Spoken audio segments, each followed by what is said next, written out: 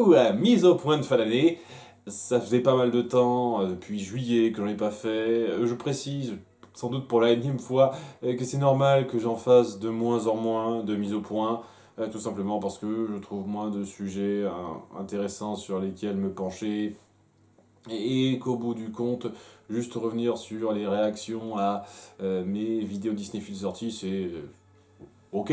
Surtout qu'en plus de ça, j'ai conscience, et c'est peut-être le truc pour entamer cette vidéo sous des auspices très joyeux, que la chaîne a moins de succès qu'avant, que j'ai sans doute un petit peu moins de gens pour réagir à mes vidéos, et que, étant donné que je traite de sujets qui sont pas aussi fédérateurs qu'avant, vu que je puise sur les quelques micro-réserves de, de ce qui reste, ben oui, ça attire un peu moins de monde et j'ai pas énormément de choses à développer sur pas mal de ces éléments traités. Voilà. Et c'est pour ça que j'ai fait la dernière mise au point de juillet en live pour parler un petit peu des changements à apporter d'une nouvelle voie à prendre en plus de celle qui est déjà là mais qui se tarit pas mal. Donc, oui, on aura l'occasion d'en parler un petit peu en détail dans un live particulier que je ferai lors du mois de décembre. Mais ouais, c'est juste pour vous dire que j'ai conscience que la chaîne freine un petit peu en termes de popularité, elle freine même pas mal, et que je vais essayer de faire quelque chose en 2026 pour ça. Mais oui, je crois que je peux tirer un trait sur, je sais pas, les 50 000 abonnés un jour, le fait de pouvoir vivre décemment uniquement de mes vidéos, même pas la peine d'y penser particulièrement. D'ailleurs, oui, étant donné que ça fait maintenant quelques mois que je n'ai plus de boulot et que je suis dispo pour faire les vidéos, je pourrais techniquement relancer un Tipeee et tout, mais franchement, je le ferai pas. Je vois pas l'intérêt de faire rebelote pour un truc qui, bon, rapportait un petit peu, mettait un peu de beurre dans les épinards, mais pas beaucoup. C'était sympathique, le temps que ça durait, ça fait vraiment plaisir d'avoir autant de participation, mais je veux pas non plus tirer sur la corde et insister davantage juste parce que je vais avoir un peu plus de temps. Mais bon, on aura l'occasion de parler un petit peu de ce qui va se passer à partir de l'année prochaine dans le live en question qui aura lieu en décembre. Donc, en plus des Gargoyles qui arrivent enfin vers la fin d'un certain acte de la série que je redoutais de faire, je suis content qu'on en soit débarrassé. Dans pas longtemps de celui-là. On a eu quelques vidéos principales sur la chaîne, notamment pour un petit peu combler les périodes où il n'y avait pas de critiques Disney Field et Disney versus Insolite. Donc le truc que j'ai lancé il y a quelques temps et que je suis pas sûr de poursuivre, surtout par rapport aux changements qui vont être faits, mais aussi du fait que j'ai il y avait vraiment trois sujets qui m'interpellaient là-dedans. Les trois donc que je vous ai servi en vidéo. C'était trois comparaisons que j'avais envie de faire depuis pas mal de temps. Bon, Wish depuis la sortie du film, mais les autres depuis vraiment pas mal de temps. Depuis avant la sortie de Wish, évidemment. Et oui, maintenant que j'en ai parlé, j'essaye d'imaginer, de réfléchir à certains thèmes qui pourraient se poursuivre dans cette même veine-là et j'arrive pas à trouver quelque chose de très satisfaisant, de cadre, de groupe de personnages, un truc comme ça, qui sont vraiment très similaires en leur essence ou qui essayent de faire quelque chose de quasi identique dans la base. Par rapport à d'autres, et j'arrive pas à trouver grand chose de raccrocheur, d'inspirant pour faire du comparatif au même niveau que les cas précédents. Peut-être que si j'arrive à trouver un ou deux sujets de ce même type-là, je réessayerai, mais je pense que les petites vidéos pour combler ou lorsque j'aurai un peu de temps bonus, ce sera sans doute des Disneyfield 35, Octies, Nones, je sais plus exactement les termes, hein, bien entendu, je ferai des recherches avant de poster ça, pour aller au moins jusqu'à 10, tiens, un de ces quatre, atteindre le 10. On aura fait 10 vidéos sur les théories Disney. Ce serait un peu marrant ça. Donc ouais, c'était sympa à faire. Vous avez donné quelques idées qui sont pas forcément affreuses en soi, mais qui me donnent pas l'impression que j'irai très loin. Genre Tarzan et le livre de la jungle. Il y a quelque chose de très similaire dans l'approche de cet enfant qui arrive dans la jungle par accident et qui est élevé par une famille d'animaux du coin. On pourrait faire un comparatif là-dessus. Mais franchement, si c'est juste pour dire Tarzan fait tout mieux, je vois pas l'intérêt. Parce que je pense vraiment que c'est le cas. Tarzan fait tout mieux que le livre de la jungle dans cette optique-là. Il y a peu de choses que Tarzan fait moins bien que le livre de la jungle pour moi, je pense franchement.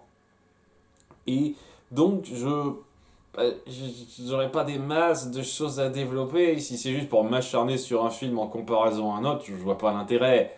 Je veux dire, c'était déjà un peu limite le cas des demandes en mariage, parce que c'était aussi une configuration très particulière, aussi, et qu'on retrouve pas vraiment de façon singée à ce point dans un doublé de film autrement. En tout cas, j'ai pas trouvé. Donc voilà, il y a d'autres cas qu'on m'a proposé et qui m'ont fait un peu ni chaud ni froid. Je n'avais pas particulièrement envie de faire une liste pour me forcer à faire une liste, surtout au vu de la réception sur YouTube. C'est pas des vidéos qui ont un succès monstre. Donc, ouais, c'est peut-être que si je trouve un sujet, un thème, un doublé à comparer qui me parle vraiment, je relancerai ça, un de ces quatre. Mais je pense que pour l'instant, vous en aurez pas trop de plus des cas comme ça. Désolé, vraiment désolé.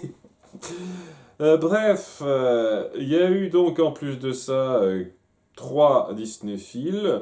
Rêve Production, j'en avais parlé dans un post rapidement, mais la première fois que j'ai vu ça, c'était pour faire un petit rattrapage avant de faire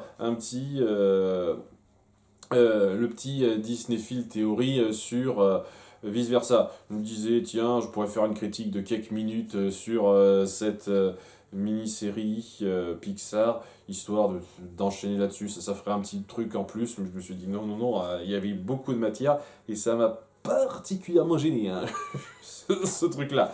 C'était pas le plus affreux jamais fait, jamais produit qu'on puisse faire, mais quand on compare ça à ce que Pixar a fait en termes de films, c'était assez décevant.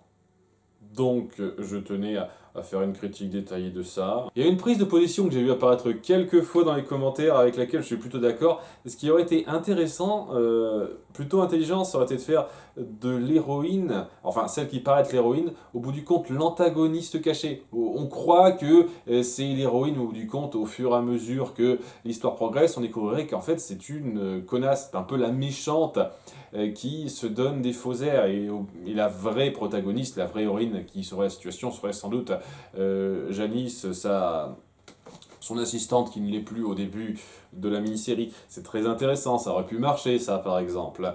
Mais non, on tient absolument à lui donner sa rédemption, en dépit du fait que ça a été une connasse durant les 2 tiers de l'histoire. Ah, ce genre de rédemption non méritée, plus ça va, plus ça me saoule. Mais bref, ouais, pas génial. Il y avait de quoi faire. Je suis content de ce que j'ai pondu, donc bien. Et ça m'a permis de faire une petite transition pas mal fichue avec Vaiana 2, que j'ai enchaîné juste après. Enfin, le mois suivant, hein, juste après. Quand on voit qu'avant je faisais un Disney Film toutes les semaines, hein, juste après, il est très relatif. Hein. Vaiana 2, un gros morceau, un des deux gros morceaux de cette année, hein, dans les films sortis en 2024, à traiter. Et c'était honnêtement pas aussi affreux que ce que je craignais au pire, mais franchement décevant sur une grosse partie. Et dans un sens, j'ai un peu envie d'être plus dans le contrebalancement du côté positif, on va dire, parce que j'entends plus de gens venir cracher sur l'œuvre que venir la défendre. Et c'est dommage parce que je pense que les 35 dernières minutes, franchement, rattrapent le tout, hein. Les 35 dernières minutes sont excellentes et n'ont absolument rien à envier au premier film. En fait, si ça avait été bien amené, cette partie-là, et que on serait resté sur le même ton sans Sans remplissage foireux, sans personnages inutiles, fourrés n'importe comment, ça aurait pu être un film meilleur que le premier, je le pense sincèrement. Mais c'est pas le cas. Donc non, je peux le comprendre. Je peux aussi comprendre que ça plaise pas, qu'il y ait cette espèce d'annonce de suite un peu ouverte, qui donne l'impression qu'on veut traire une nouvelle vache à lait, mais c'est Disney, maintenant on est un peu habitué. Ça, je comprends très bien que ça puisse déranger. Moi, j'ai rien contre l'idée de faire une franchise si elle est bien réfléchie, si elle va quelque part, si on sent que les créateurs sont inspirés. Et c'est difficile à déterminer. Parce que oui, de base, ça devait être une mini-série de, je sais pas, 8 épisodes, un truc comme ça. Je sais plus exactement combien de temps ça devait durer, mais en tout cas, ça devait durer plus que les 1h30 de film qu'on a eu. Et donc, beaucoup de choses ont été coupées. On a payé les animateurs, enfin, tous les gens qui ont travaillé sur le projet pour un film, alors qu'ils se sont démenés pour quelque chose de plus long que ça, et il aurait dû être payé pour ce format-là, ce qui est un petit peu insultant, un peu beaucoup insultant, ça je ne le défendrai pas une seule seconde, hein. Une fois de plus, à moins que ce soit vraiment affreux, vraiment horrible, j'ai tendance à détacher l'œuvre des artistes de ce qu'il y a derrière, personnellement, mais ce n'est que mon approche, hein. Vous n'avez évidemment pas tous forcément la même opinion que moi à ce sujet, mais ouais, je comprends la polémique autour de la gestion de ce film.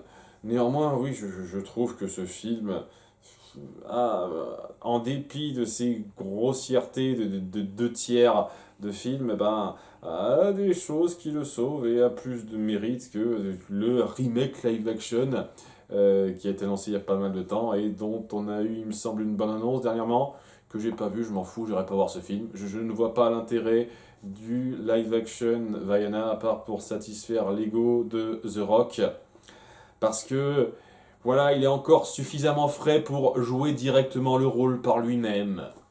Ça lui fait plaisir, hein. On verra un peu si les gens sont vraiment des gros moutons qui vont juste être happés par la nostalgie et puis voilà. On verra. Ça me surprendrait pas. J'espère que ce film aura un flop, mais ce que je sais, c'est que je ne participerai pas une seule microseconde à son futur succès s'il en a. Donc je n'irai pas le voir en salle si jamais ça vous intéresse de savoir ça. Bref, le dernier, donc en date, il y a très peu de temps que ça a été sur les jeux vidéo Disney Princess. Et ouais, j'étais pas sûr de ce que je voulais faire pour terminer cette année. Je voulais quelque chose qui pouvait me permettre de pas trop puiser dans. Il me reste 3 fois rien, quoi. Il me reste 2, 3 merdes à, à prendre. Et après, ce sera juste les nouveaux films ou nouvelles séries qui sortiront. Sinon, j'ai plus grand chose hein, dans le Disney à traiter. Et ouais, les jeux vidéo Disney Princess, je me suis dit, j'en avais parlé au tout début, la toute première fois que j'ai traité de jeux vidéo, c'était avec Blanche-Neige et Pinocchio, et j'ai dit que Blanche-Neige a eu d'autres apparitions et adaptations de Disney Princess en règle générale, et peut-être un jour, et ben voilà, ce jour est arrivé, à peu près 5 ans plus tard, à 3 mois près. Je précise que j'ai commencé les critiques de jeux vidéo il y a 4 ans et 10 mois, un truc comme ça. Donc ouais, ça fait pas mal de temps maintenant, j'ai l'impression que ça fait hier. Le temps file, le temps file. Un petit ajout que je tourne rapidement parce que j'ai oublié de tout dire, je pense, sur ce Disney Film-là. Oui, il y a eu pas mal de commentaires qui ont pointé le fait que c'est des jeux de leur enfance et que ça leur a parlé cette liste. C'est incroyable, je m'attendais pas à autant de gens, vous voyez, mais apparemment ces gens ont parlé, une partie d'entre eux en tout cas. Enfin, moi j'ai découvert ça sur le tard, hein, peu de temps avant de faire la vidéo parce que bah, ça n'a jamais été vraiment mon truc, franchement. Et dans l'idée, c'est pas forcément mauvais, mais j'ai pas l'impression qu'il y ait grand chose de très poussé dans ce qui est mis en avant, même si on n'a pas affaire aux jeux les plus horribles qui soient, je trouve, sauf les trucs que j'ai passés à la va-vite. Vraiment. Mais aussi, je voulais pointer que, oui, mon voyage enchanté si je me trompe pas, ou Mon Royaume Enchanté, je sais plus tellement.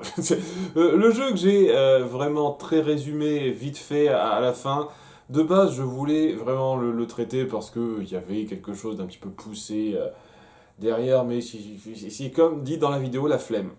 J'avais écrit pour les 4 gros jeux à faire en détail avant, et je m'étais rendu compte avec le nombre de pages que ça dépasserait la demi-heure déjà, rien que ça, et j'avais la flemme, j'avais pas envie de me retaper encore plus de visionnage de jeux vidéo juste pour rajouter 6-7 minutes et raconter quelque chose de similaire, sans doute, mais ouais, j'avais pas le courage. Voilà, je m'excuse, histoire de dire rapidement, mais j'avais pas le courage. Donc j'ai vu ça en diagonale et j'ai tiré les conclusions assez simples que c'était la même configuration qu'on avait dans les autres jeux, et on m'a pas vraiment contredit, ceux qui s'y connaissaient. Donc peut-être que c'est mieux que d'autres cas, mais je pense pas que j'aurais eu grand chose de très percutant, d'original à dire par rapport aux autres cas précédents. Voilà. Mais ouais, c'était aussi pour faire la transition avec Lego Disney Princess, le deuxième court-métrage, moyen-métrage sorti sur la petite franchise, que je voulais traiter rapidement parce que c'était un cas facile à avoir, et peut-être que j'aurais pas dû, je ne sais pas, peut-être que j'aurais dû attendre un petit peu, mais je peux pas m'empêcher de penser, après avoir vu justement ce segment-là, que c'est mal barré pour qu'il y ait une franchise détaillée qui en ressorte. Je dis pas que c'est impossible qu'on fasse c'est un troisième moyen-métrage, mais si ça baisse à ce niveau-là en matière de soucis de traitement entre le premier et le deuxième court-métrage, qu'est-ce que ce sera pour le troisième, hein?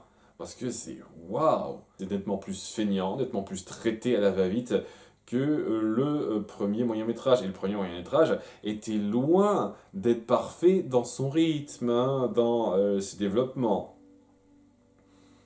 Donc oui, j'aurai des choses à dire là-dessus, mais ce sera court, hein. Qu'on soit bien d'accord, hein, le Disney Field du mois de décembre que vous aurez sur Lego Disney Princess, je vais essayer de l'accompagner de deux trois trucs pour un peu remplir. Ça va être un peu fourre-tout, on verra un peu. Peut-être que je ferai quelques rattrapages de courts-métrages Pixar que j'ai pas traité. Il y en a qui voudraient que je fasse ça sur le court-métrage Luca. Il y en a un sur là-haut que j'ai pas vu. Enfin bref, peut-être que je le ferai.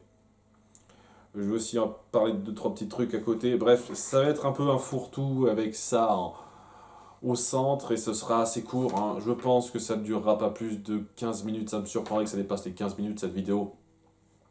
Parce que j'ai pas envie de faire quelque chose de trop poussé pour cette fin d'année. J'aurai d'autres choses à faire. Et j'essaye de prendre un peu de temps pour moi pour préparer l'année prochaine. Voilà, je vais essayer à partir de l'année prochaine d'être un peu plus régulier, vu que je vais avoir plus de temps libre dans mes sorties vidéo. Je ne sais pas exactement comment je vais m'arranger pour ça. Normalement, j'ai plus de temps, même si j'ai pas autant la niaque, mais peut-être une fois de plus que la nouvelle direction que j'ai prise va aider à ça. Et le principe, c'est de me donner assez de temps pour me donner une avance acceptable pour gérer un certain rythme et prévoir pour les mois à venir, voire l'année à venir. Parce que un truc qui devrait vous plaire, normalement vous devriez avoir une surprise pour le mois de décembre qui m'a pris plusieurs jours à faire. J'aimerais faire un petit peu la même pour le mois de décembre 2026 et 2027. Prendre ce temps-là et pas trop tard. J'aimerais donc produire tous les mois du contenu un petit peu plus recherché. Donc les versus insolites, c'était parce que j'avais plus trop le temps, mais maintenant je devrais avoir plus de temps pour faire une critique détaillée, plus poussée tous les mois avec ce que je vais me donner. Je pense que je tiens un truc. Je tiens un truc. Il faut juste que j'arrive à prendre le temps et que je regagne un peu la niaque pour faire ça. Alors, le temps, je pense que je peux arriver à le trouver. La niaque, on verra. C'est un petit peu un pari que je fais que je suis pas sûr de remporter, hein. Ça, je vous promets pas une seule seconde que ça va être le retour énergique où je vais vous pondre beaucoup plus de contenu qu'avant. J'en suis pas sûr du tout, hein. Mais je vais essayer de faire ça, de produire quelque chose qui vous plaira plus et de regagner un peu en rythme par rapport à cette année 2025 où c'était, j'en conviens, pas GG sur le rythme de parution de pas mal de trucs intéressants. Et ça jouera également sur les Gargoyles et peut-être quelque chose que je ferai en parallèle. Très certainement, ça va être une tentative là aussi que je ne vous promets pas de faire complètement, mais je vais essayer de les alterner, de garder le même rythme pour les Gargoyles et de les alterner avec quelque chose qui devrait vous plaire là aussi, hein, quelque chose qu'on n'arrête pas de me demander. Je vais essayer. C'est pour ça que je me donne un petit peu le temps en faisant un Disney Fil pas trop long pour finir décembre.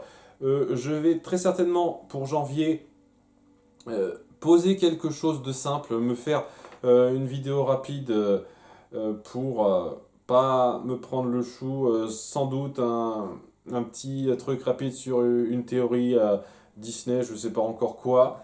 Et à partir de février, on va enchaîner un peu plus rapidement les grandes vidéos. Je pense qu'à partir de février, je vais essayer d'accélérer la cadence. Et c'est pour ça que je vais me donner des trucs pas trop gros pour essayer de me donner une petite avance là-dedans. C'est ce qui est prévu. Ce qui est prévu, ce qui arrivera, hein. On sait tous que c'est pas forcément la même chose. Enfin bref, tout ça pour dire que j'essaye de m'accrocher un petit peu à la notoriété qui me reste pour la conserver, voire la relancer, si possible, même s'il y a des méthodes faciles pour faire ça, sur lesquelles je ne veux pas me lancer, mais j'essaie de faire la transition, j'y arrive pas. Bref, j'aimerais parler en tant que sujet principal, un peu global, de cette vidéo, des gros buzz qui aident énormément à lancer la popularité de pas mal d'œuvres ou même chaînes YouTube ou autres. C'est une tendance que j'observe depuis quelques années qui arrête pas de se voir, où il faut être pris dans un gros buzz, bad buzz ou pas bad buzz tout simplement, et savoir y réagir suffisamment bien pour avoir un gros relan de quelque chose, un gros relan d'intérêt de la part des gens. Et c'est vraiment quelque chose qui me rend très blasé par le système actuel, de comment les gens tiennent absolument à récompenser la problématique. Parce que si quelqu'un est pris dans un bad buzz contre lui et qu'il s'en défend, ben tant mieux, il s'en est défendu, ça lui donne pas le mérite d'avoir ça. Dire. Pour donner un exemple, pour donner quelques exemples, pour donner quelques exemples, pour donner quelques exemples, pour donner quelques exemples, pour donner quelques exemples, pour donner quelques exemples, pour donner quelques exemples. Voilà.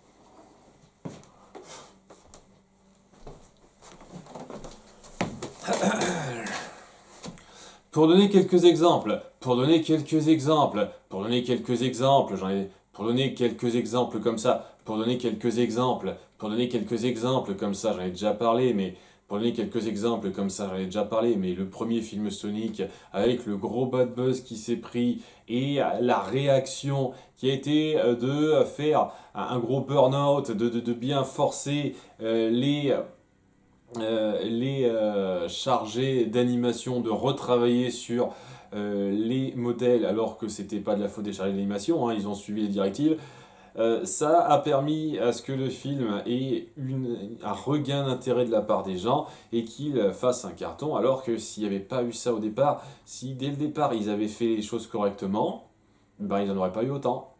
Et je suis prêt à parier que ça n'aurait pas été autant un carton sans ça. Un autre exemple qui m'a bien fait délirer, c'était sur la BD Spirou problématique. Bon, je mets problématique dans le sens ça a provoqué des problèmes pour plusieurs personnes. Hein. Je n'ai pas suivi en détail, je ne sais pas ce qu'il en est. Du peu que j'ai suivi, j'ai le sentiment que ça allait un peu quand même, mais bon, ce n'est qu'un avis comme ça rapide. De Spirou. Donc, c'est cette BD qui avait pas mal de caricatures discutables, et il y a une femme lambda dont de base on devrait se foutre royalement, qui a juste balancé, et je suis tombé sur cette BD, ça raconte de la merde, regardez comme c'est raciste, sexiste, etc., etc., et ça a fait un buzz incroyable. Ce qui fait que tellement de gens se sont dit non, non, non, non, non, non, on va lui prouver qu'elle a tort à celle-là, et a acheté ça en masse. Bon, il n'y a pas eu qu'elle, hein, il y a eu d'autres personnes qui sont allées beaucoup plus loin, c'est devenu n'importe quoi dans les deux sens, et il y a eu cette espèce de volonté de combat woke anti-woke qui s'est installée, qui a amené énormément de gens à vouloir à tout prix sur cette BD, qui, s'il n'y avait pas eu ce buzz de merde, serait totalement resté dans l'oubli. La plupart des gens n'en auraient rien eu à foutre. C'est une BD Spirou qui a à peine fait parler d'elle, qui a connu un succès, j'imagine, avant ça très modéré, et les gens, ça s'en battait royalement les steaks. Le fait qu'il y ait autant de gens pour dire non, faut arrêter de nous dire ce qui est mal, ce qui est pas bien, et tout, c'est à nous de décider. C'est une femme lambda qui donnait rapidement son avis. Peut-être qu'elle le présentait pas bien, je me souviens plus exactement, mais vous avez pris ça tellement. Vous avez pris ça à un degré tellement stupide que ça a fait grimper l'intérêt des gens pour ce truc. Si le but de cette femme, après au passage un an de parution, parce que elle était parue depuis genre un an cette BD, c'était de faire en sorte que personne l'achète, mais presque plus personne n'achetait cette BD, presque plus personne n'avait rien à foutre de cette BD, meuf. Le fait d'en parler comme ça en te... excusez-moi là, c'est ce genre de truc irritant. En plus, c'est pas vraiment à elle que j'en veux particulièrement, c'est ceux qui ont fait des caisses, dans un sens comme dans l'autre. Parce que bon, elle a peut-être lancé la chose, mais il y a d'autres personnes qui ont rajouté une couche de façon beaucoup plus ridicule. C'est ce genre de pub, de manipulation, de buzz médiatique, entre guillemets, qui fait que quelque chose marche. Que ce soit pas forcément par rapport à la qualité d'un produit que les gens vont y adhérer, mais par rapport au buzz qu'il est capable d'engendrer et de comment il va s'en tirer de ce buzz, de quel côté du buzz il va se sortir. Parce que, bien entendu, il y a eu d'autres cas avant. Je suis tellement détaché de ce genre d'approche et du fait que c'est ça qui doit apporter le succès dans un sens. Il n'y a pas que ça, évidemment, mais voilà, le bad buzz et comment on rebondit de ce bad buzz, comment ça marche, et ben, c'est un facteur décisif pour vous faire, pour vous faire voir, pour avoir du succès. Même si évidemment, bah, ça ne marche pas toujours, hein. Il y a pas mal de gens qui essayent de provoquer du bad buzz, de faire le buzz tout simplement en s'en prenant à quelqu'un de populaire ou à quelque chose de populaire, et bah, ça marche pas tout le temps, hein. Ça fait parler d'eux, et pas forcément bien, et des fois, ils n'ont pas la retombée de popularité qui va avec. Il faut savoir tomber du bon côté une fois de plus lorsqu'on fait le buzz. C'est d'ailleurs pas forcément simple à provoquer, il faut avoir l'opportunité, trouver la bonne voie, les bons arguments, la bonne présentation pour être plus vu du côté positif. Et ça, ben, n'est pas à la portée de tout le monde. Je pense que ça vient plus naturellement à ceux qui font ce genre de choses sans le penser. Je pense franchement, par exemple, que Sylvain n'a pas eu une seule seconde l'idée que sa vidéo lui apporterait autant d'intérêt, autant de popularité. Je pense pas, donc il faut pas aussi que ce soit calculé. Quand c'est calculé, ça se ressent un petit peu, mais des fois, je sens quand même que c'est un peu calculé, hein. Pour le film Sonic, une fois de plus, j'ai le sentiment que il y avait peut-être quelque chose derrière. Mais c'est sans doute moi qui fais de la théorie, là. La grosse théorie du complot, peut-être. Enfin bref, ouais, c'est juste pour appuyer que Ça fait partie des critères maintenant pour être populaire, savoir faire le buzz. Trouver le truc qui parlera. Par exemple, il y a une vidéo qui a bien marché de Lionel B. Pika Critique par rapport à d'habitude. C'est parce qu'il a su avoir le truc tire-l'œil et quelque chose qui faisait le buzz derrière ça. Et oui, autant en profiter quand on a un sujet qui nous plaît, hein. Le magasin des suicides, si jamais vous avez envie de voir ça, une bonne critique, très sympathique, hein. Je suis toujours content de voir ces dernières critiques à Lionel B. Quand c'est pas non plus poussé à l'extrême où ça en devient ridicule, que c'est quelque chose qui vient un peu naturellement et que c'est pas forcé, ça s'accepte. Mais il y a des fois, je peux m'empêcher de trouver que c'est pas forcément mérité, que c'est un peu too much. Ouais.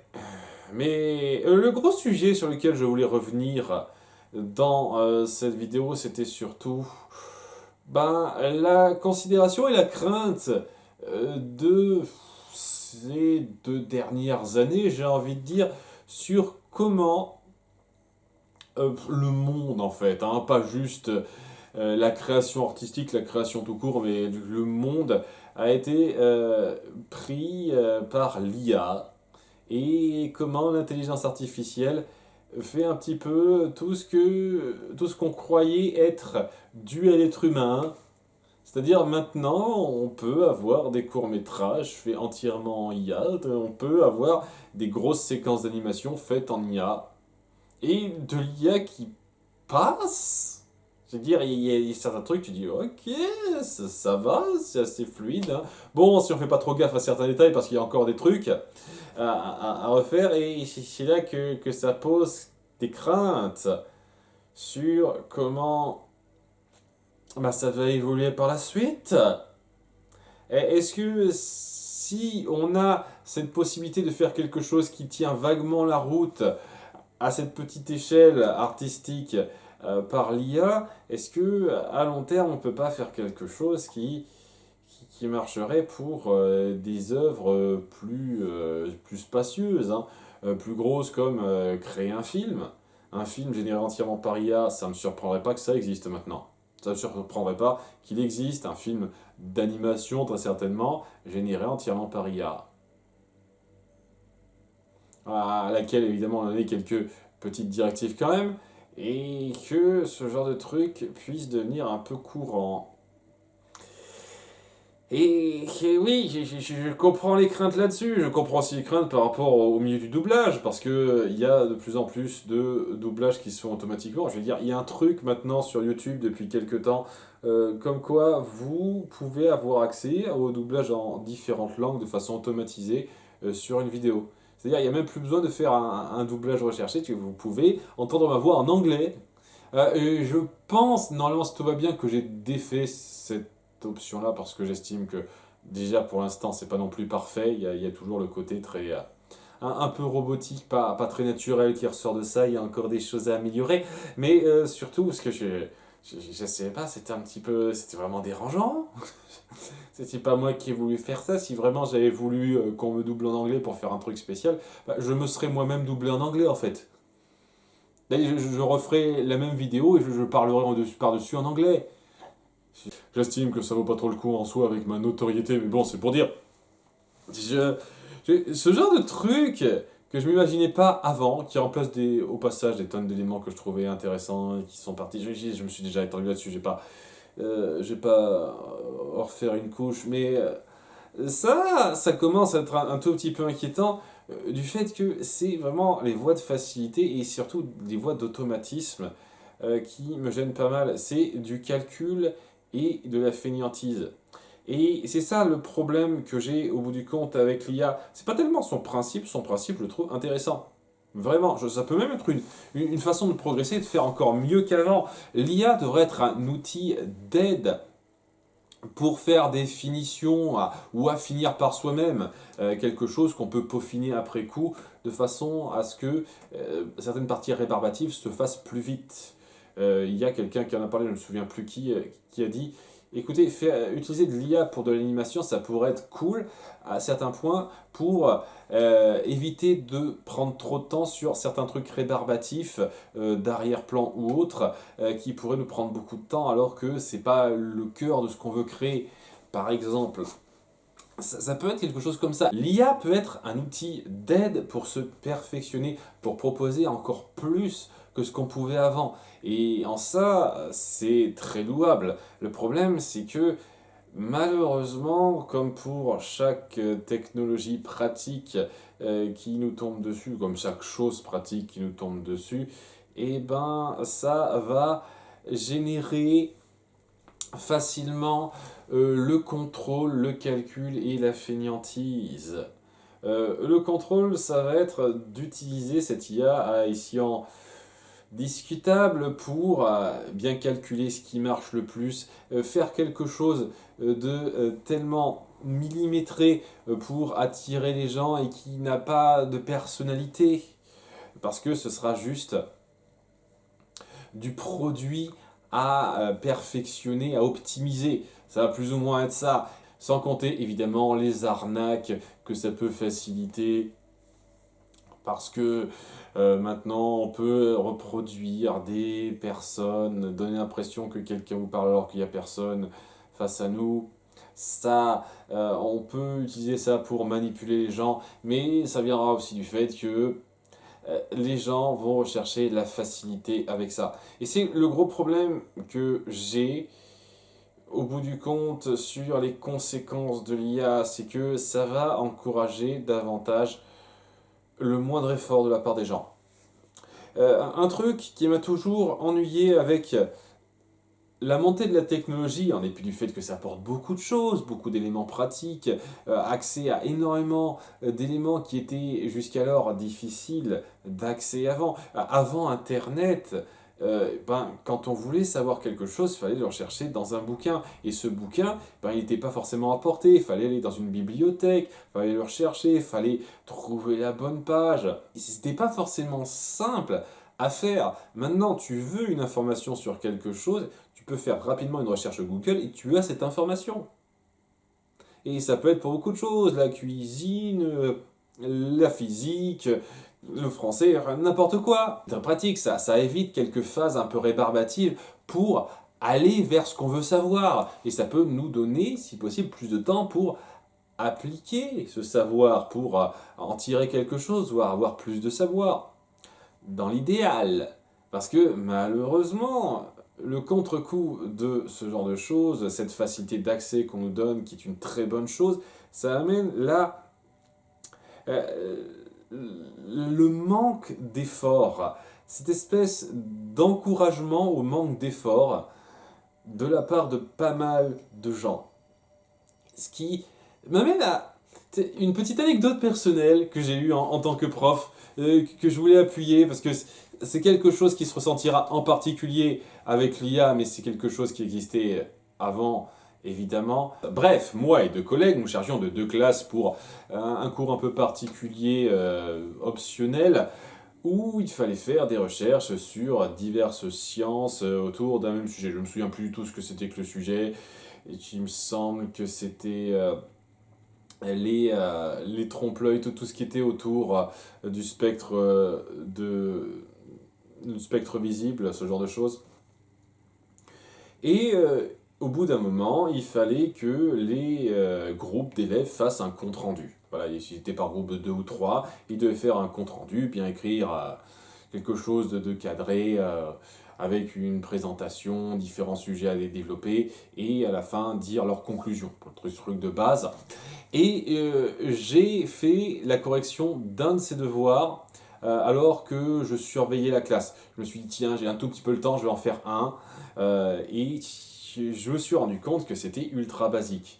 Il faisait que dire des banalités. Il n'y avait pas de recherche dans les thématiques, c'était juste simple. C'était vraiment très simple. Et à la fin, je me suis dit, ça vaut un 6 sur 10, ça. C'est la note que je vais lui mettre. hein. Et j'ai pas eu le temps d'en faire plus. J'ai pas eu le temps d'en faire plus, et c'est mes deux collègues qui ont pris le relais entre-temps, avant que je revienne, et qui ont dit que tous les autres avaient bien fait quelque chose de bien présenté, de très beau. On a tous mis plus ou moins 7, 8 sur 10 à chacun d'entre eux. Et moi, j'ai jeté un coup d'œil à ce moment-là à ces différents devoirs, à ces différents comptes rendus pour me faire une idée. Et tous ceux qui avaient eu 7, 8, c'était encore pire. C'était du copier-coller bête et méchant de différentes pages Google recherchées. Alors regardez ça qui représente tel truc visible, ça j'ai le sentiment qu'ils ont à peine pris le temps de reformuler 2, 3 phrases pour que ça passe vaguement. Et c'était juste bien illustré, ils prenaient des beaux trucs un petit peu jolis pour aller avec, parce que c'est ça le plus important maintenant, mettre des belles images avec en conclusion gna gna gna, et il mettait juste la définition Wikipédia. Mais c'est clairement la définition Wikipédia, hein. J'avais même pas besoin de vérifier, la façon dont c'est dit, c'était exactement ça. Et donc la conclusion, ça veut absolument rien dire, t'as absolument rien dit qui a amené à cette conclusion. Et pourtant, de la part de mes collègues, ça valait 7-8. Ça valait 7-8. Et moi, je me suis dit, ok, non. Bon, je pouvais pas les contredire. Et c'est pas pour leur cracher dessus, si ça se trouve, au-delà de ça, ils étaient beaucoup plus consciencieux pour la note d'autre chose, puisque une fois de plus, c'était des classes un peu particulières. Je me suis dit, ok, si ça c'est 7-8, le premier cas que j'ai traité qui était basique, bah, au moins il y avait une présentation, au moins, euh, même si évidemment ça s'est inspiré de pages Google, ça n'a pas juste copié-collé, ça a essayé de paraphraser un peu mieux pour donner quelque chose de plus recherché. La conclusion donnait l'impression d'être un peu amenée, quoi. Je me dis, ok, si ce truc-là valent 7-8, il faut que je lui mette 9 sur 10. C'est ce que j'ai fait, j'ai repris cette copie, je lui ai mis 9 sur 10. Parce que c'était, je crois, le seul du lot, il y a peut-être un autre, qui avait pris vraiment l'effort de donner quelque chose par lui-même. De pas juste faire du copier-coller en donnant l'impression qu'il s'en avait rien à battre. Parce que c'est au bout du compte ça qui se ressentait des gamins qui avaient choisi ce cours en plus, hein, une fois de plus c'était optionnel, et qui en avaient rien à battre du sujet qu'on leur proposait, de faire des recherches, de proposer une présentation un tant soit peu recherchée. On fait juste du copier-coller, et on prend des belles images pour illustrer ça. C'est devenu ça un petit peu à l'époque de Google, à mon époque, hein. Donc il n'y avait pas encore ChatGPT ou autre, alors là j'ose même pas imaginer, hein. Maintenant avec ChatGPT c'est juste, et tu peux me faire un exposé sur tel ou tel truc, paf, ils ont l'exposé, ils le lisent même pas, ils présentent ça.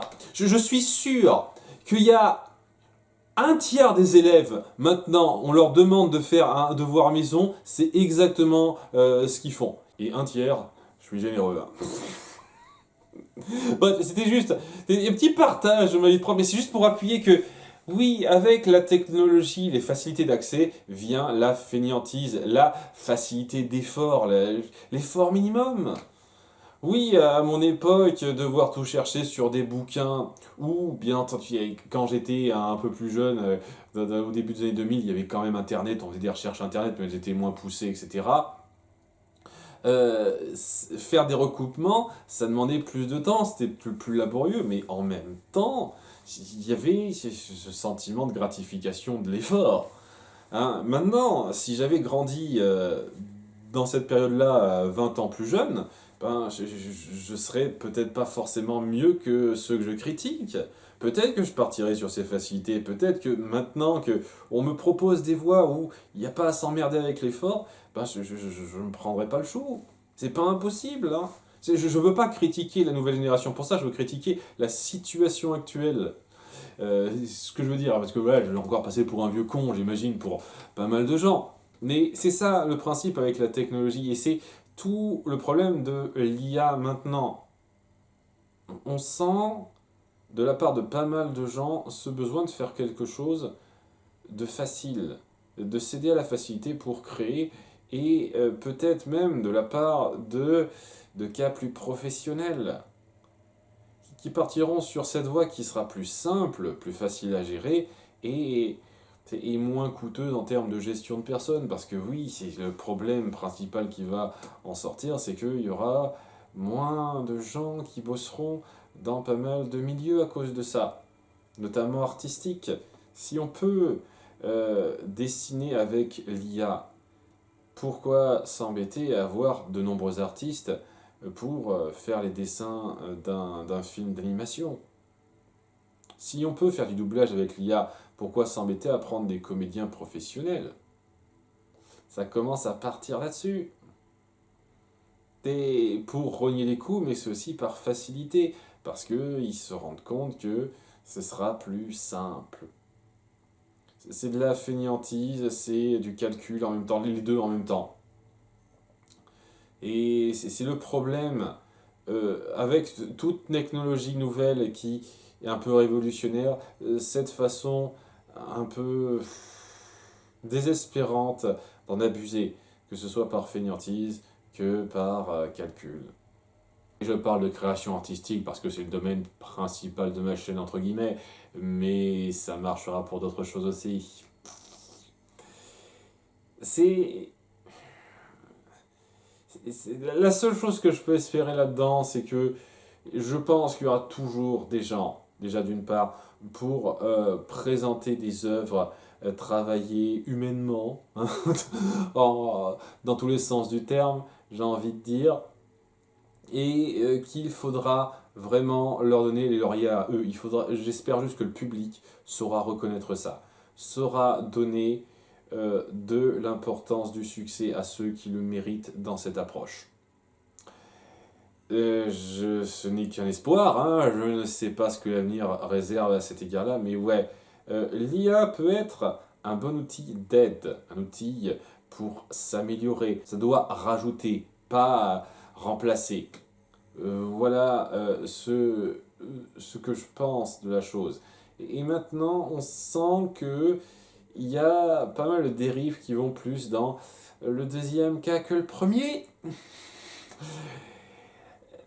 Est-ce que cette tendance s'accentuera? Est-ce que les gens sauront donner la bonne réception pour éviter ça, justement? Parce que, évidemment, ce genre de choses marche selon la réception des gens. Si la réception est froide, ben ça ne marchera plus. Mais si elle n'est pas trop froide, c'est le souci, c'est le souci. Ça dépendra, ça dépendra. Je sais qu'il y a quand même des choses qui peuvent faire espérer. Notamment, il y a une série, je sais plus du tout laquelle, du MCU, ils en font 50 000, j'ai plus suivi le fil, dont l'intro, le générique a été fait entièrement par IA. Et c'était pas génial, d'après ce que j'ai suivi. Ça a été très boudé, en partie à cause de ça, ça fait polémique. Ça a tendance à faire polémique et à faire du bad buzz lorsque on part sur de l'IA comme ça, puisqu'on parlait de bad buzz avant. Et j'espère franchement que ce genre de cas sauront donner les coups de pied à l'étrier à pas mal de gens pour éviter de partir dans ces abus-là. Voilà, seul l'avenir nous dira ça une fois de plus, mais voilà les 2 centimes que j'avais à donner là-dessus. Hein. Mais une fois de plus, j'ai plus des masses de gros sujets globaux à dire, mais étant donné que c'est un sujet qui est beaucoup apparu, qui a fait beaucoup réfléchir, j'ai le sentiment que je pouvais donner un avis rapide là-dessus.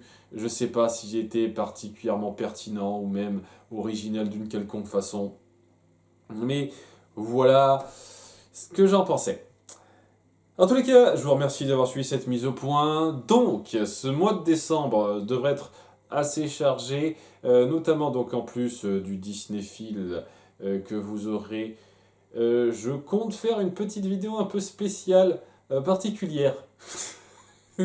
Alors, ce sera très certainement une tier list sur un sujet dont j'ai parlé quelques fois, dont je disais que je voulais pas trop en parler, mais j'arrête pas de revenir dessus.